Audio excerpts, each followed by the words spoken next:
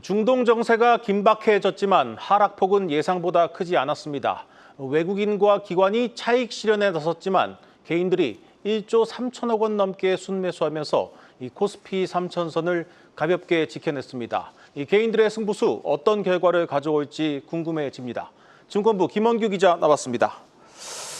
김 기자, 먼저 오늘 시장 어떻게 끝났는지 한번 살펴보죠. 오늘 코스피는 이제 0.2% 정도 하락한 3,010선에서 마감했죠. 네. 외국인과 기관은 중동 리스크 확산에 따른 지정학적 불확실성의 영향으로 동반 매도세를 나타냈습니다. 외국인은 약 3,600억 원, 기관은 9,500억 원 규모로 각각 순매도하면서 장중 코스피는 3,000선 아래로 밀리기도 했지만 개인 투자자들이 무려 1조 3천억 원어치 주식을 사들이면서 지수를 방어했습니다. 앞서 현지 시간 21일 미국이 이란의 핵시설을 직접 타격한 데 이어서 이란은 호르무즈 해협 봉쇄를 공식 발표했습니다. 현재 이스라엘과 이란 간 추가 군사 충돌 가능성은 물론 이란의 미국 기지 보복과 그리고 미국의 추가 강경 대응 가능성까지 제기되고 있는 상황입니다. 일단 오늘 하루는 비교적 선방한 것 같습니다. 그런데 문제는 앞으로 국제 유가의 향방 아니겠습니까? 맞습니다. 이런 부분들이 최대 관건으로 현재 떠오르고 있는 상황입니다. 네.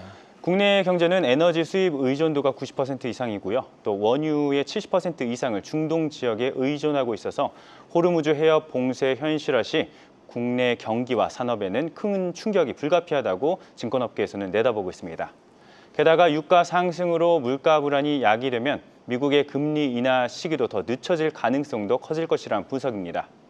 증권업계에서는 국제 유가가 배럴당 80달러를 넘어서면은 미국의 물가는 점진적으로 상승해 물가 압력이 커지고 90에서 100달러 이상 급등 시에는 인플레이션율이 연 5% 이상 치솟을 가능성도 있다고 내다봅니다. 정리하면 미국발 유동성 위기가 우리나라를 포함한 글로벌 유동성 위기로 전이되고 증시 자금의 고갈을 가져오게 된다는 겁니다. 네, 중동 리스크가 생각보다 길어질 수도 있는데 오늘 개인들의 매수세는 상당히 좀 놀라운 것 같습니다. 이란이 호르무즈 해협을 완전히 봉쇄할 가능성이 낮다, 이렇게 판단한 걸까요? 맞습니다. 이 때문에 현재 이 국내 시장에 미치는 영향이 제한적일 것이다, 이렇게 증권업계는 내다보고 있는 상황입니다. 네. 미국이 전면전으로 이제 전쟁을요 확대를 추구하지 않는다는 점, 그리고 호르무즈 봉쇄가 현실화되더라도 여러 국가의 이해관계로 인해서 실제 봉쇄 가능성은 좀 낮다는 그런 점을 근거로 제시되고 있는 상황입니다. 만약 봉쇄되더라도 그 기간은 단기에 그칠 것이고 미국의 빠른 개입으로 이스라엘과 이란 간 충돌이 조기에 끝날 수 있다는 점이 이 같은 전망을 힘을 싣고 있습니다. 이번 주 증권가에서 코스피 예상 밴드로는 2,850선에서 3,070선이 제시되고 있습니다. 네, 코스피가 좀 단기간에 급등하면서 그동안 이 조정의 빌미를 찾아온 것도 사실입니다. 이번 이란 사태로 조정 국면에 접어들 수도 있을 텐데 어떻게 준비해야겠습니까? 일단 업종별로 대체적으로 좀 상이한 흐름이 나타날 것이다, 이렇게 증권가에서는 분석하고 있습니다. 네. 먼저 해운 항공 업종은 미국의 이란 핵시설 타격에 따른 중동 긴장 고조와 유가 급등 우려가 확대되면서 연료비 증가, 보험료 인상, 항로 변경에 따른 비용 상승 등으로 인해서 수익성 악화가 우려된다는 분석입니다.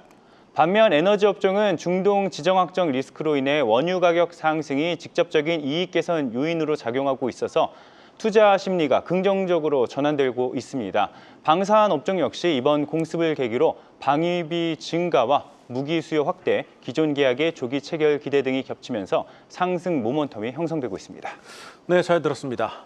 지금까지 증권부 김원규 기자였습니다.